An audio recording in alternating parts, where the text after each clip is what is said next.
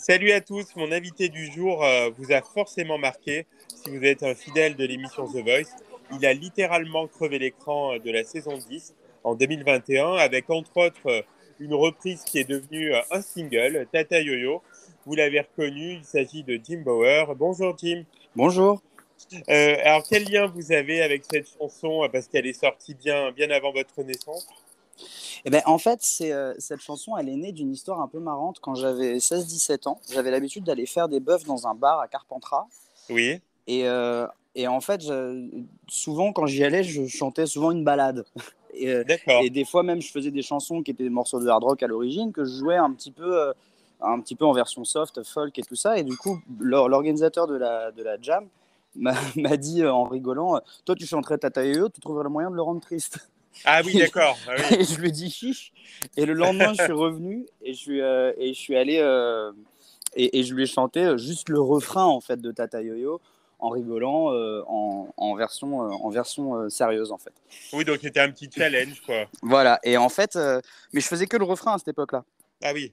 Et c'était resté un peu une blague de concert des fois pour détendre un peu entre deux chansons. Je faisais ça pour rigoler pendant des années. Et en fait, quand il a fallu faire The Voice, j'avais un petit blocage moi sur quoi chanter en français parce que moi j'aime bien des morceaux français, mais c'est pas des morceaux faits pour moi. Ceux que j'aime bien, c'est Oui, beaucoup de oui, rap, oui, oui. beaucoup de trucs comme ça. Donc en fait, du coup, j'étais un peu bloqué. Je me disais, mais moi, pour des voix comme la mienne en français, je sais pas quoi chanter. Et je me disais, qu'est-ce que je chante moi en français? Alors, il y avait Aline que j'ai chanté à The Voice. Oui. Euh, J'avais mes chansons à moi en français, et du coup, j'ai fait un peu l'inventaire de ce que je chantais des fois. Et il y avait Tata Yo-Yo. Je me suis dit, c'est quoi le texte en fait de ce truc-là? Parce que ça peut être marrant. Et du coup, j'ai lu le texte de Tata Oui, Yo-Yo. Et sauf que moi, j'ai jamais vraiment écouté l'original. J'avais juste relevé vite fait quand j'avais 16 ans et j'avais transformé les accords. Mais j'ai pas vraiment beaucoup écouté l'original. Donc en fait, j'ai découvert Tata Yo-Yo en n'ayant que le texte et pas la chanson dans la tête. Et au final, je me suis rendu compte que la chanson était super sérieuse et que le texte était plutôt profond. oui, oui. Puis votre version lui donne une autre dimension en fait à ce morceau. En fait, je me suis dit que c'était intéressant de créer une version qui témoignait plutôt du sentiment que j'avais eu en lisant le texte. Oui, il y a Ah, de l'émotion aussi, il y a de la sensibilité. voilà, et épuré de l'idée qu'on se fait de base de la chanson parce qu'on l'a dans la tête. Et du Ouais. coup, j'ai voulu faire une chanson. Moi, ça m'a évoqué un peu le Brésil, une sorte de personnage un peu à la Almodovar. Et voilà, j'ai voulu créer une version comme ça, un peu latine, avec une sorte de tragédie queer comme ça qui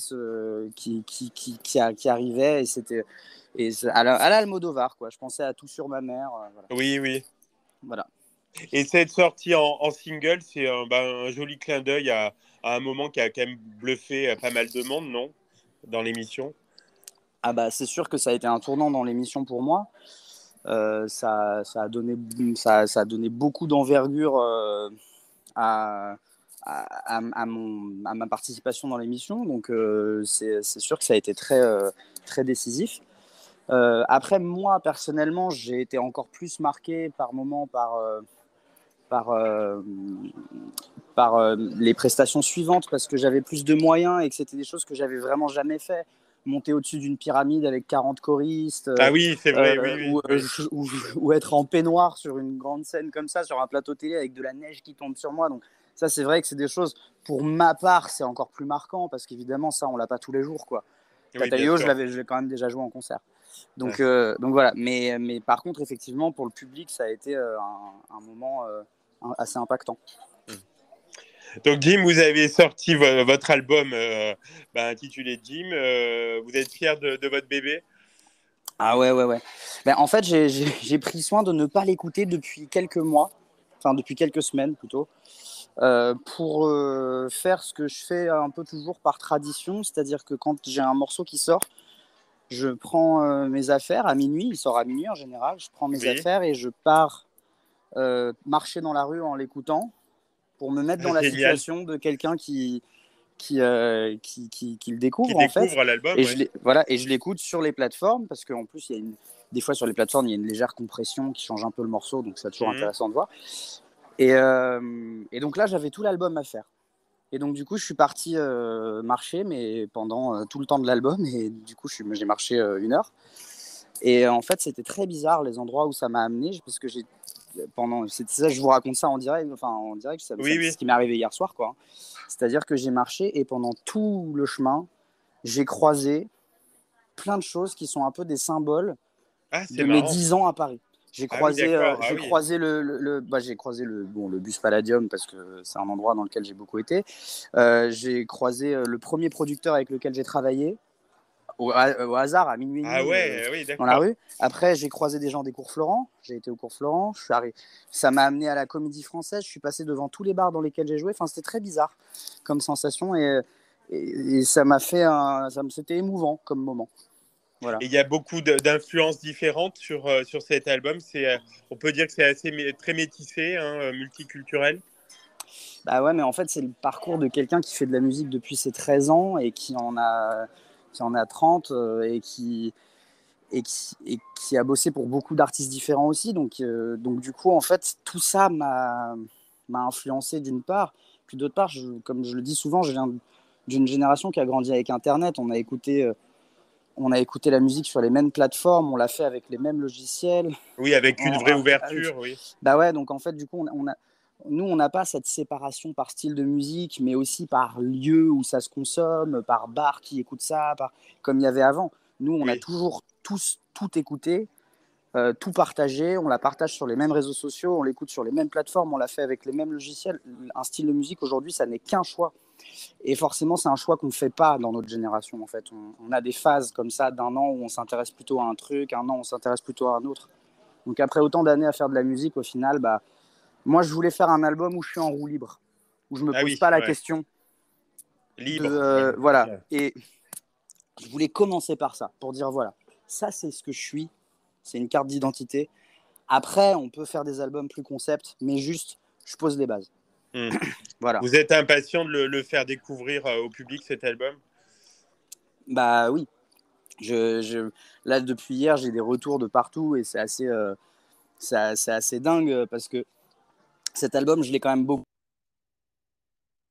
Je l'ai produit tout seul, je l'ai mixé tout seul, j'ai réalisé certains clips, je l'ai produit même dans mon label à moi. Donc, en fait, c'est très bizarre comme sensation parce que j'ai l'impression que tout ça devient soudainement très sérieux. Alors que moi, j'ai l'impression d'avoir fait mumuse Oui. et d'être allé un peu au bout de mon truc comme ça et d'avoir fait un peu mon foufou dans mon ordinateur et que soudainement, ce truc-là se mette à avoir des retours comme ça par milliers de gens, à être sur les plateformes, sur Deezer, sur Spotify, dans des playlists avec des médias qui en parlent, des articles de presse. Enfin, j'ai l'impression d'être une grosse blague, mais je crois que c'est un sentiment qui est partagé par des gens des fois, mais voilà, Oui. c'est, c'est, c'est toujours un peu bizarre, quoi. Et vous, l'homme de scène, vous préparez forcément une tournée, là, non? Alors j'aimerais bien préparer une tournée, mais malheureusement j'en prépare pas encore parce que Ah, le post-Covid est un petit peu compliqué ah avec bah les oui, oui, tourneurs. c'est sûr. Ouais. Mais j'ai quand même des concerts et notamment un concert au Bus Palladium le 21 avril. Je sais pas si vous D'accord. diffuserez déjà à ce moment-là, mais Bah si, voilà. si. Puis les Auvergnats qui peuvent être à Paris à ce moment-là, oui, ça peut être une bonne soirée. Voilà. Ils m'ont invité pour jouer avant la fermeture qui est 2 jours après. Donc ils ont pris un peu les gens qui étaient un peu symboliques du lieu depuis les 10 dernières années et ils leur ont demandé de venir faire un concert un peu chacun à leur tour, quoi. Hmm.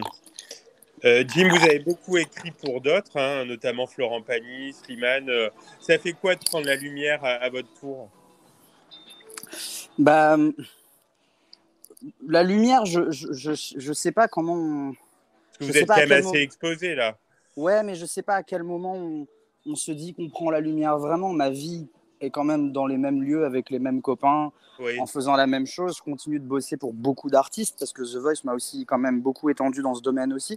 Ah oui, Donc, certainement, oui, euh, oui. donc du coup, je bosse pour beaucoup de musique de série. J'ai réalisé tout l'album de Marguerite la gagnante. Enfin, pas tout l'album, mais Mhm. presque tout l'album. Euh, et, euh, et donc, du coup, forcément, j'ai l'impression d'avoir juste multiplié ma vie d'avant. En fait, moi, j'ai juste l'impression d'avoir juste beaucoup de taf, en fait. Oui, oui, c'est ça. c'est Ça a ça, c'est ça. démultiplié. Voilà. J'ai l'impression que. Mais vu qu'il y a une sorte. En même temps, ça se fait au moment d'une sorte de sortie de Covid. C'est une énergie qui est un peu globale, donc je sais pas si je la ressens que pour moi. Hmm. Voilà. Vos parents sont heureux de ce qui vous arrive? Bah, oui, bien sûr, ils sont très heureux. Il y a toujours ce rapport. On essaie malgré le fait qu'on a un peu les mêmes métiers, on essaie de garder une pudeur par rapport aux professionnels et de rester sur Oui, je me l'humain. doute, oui, oui.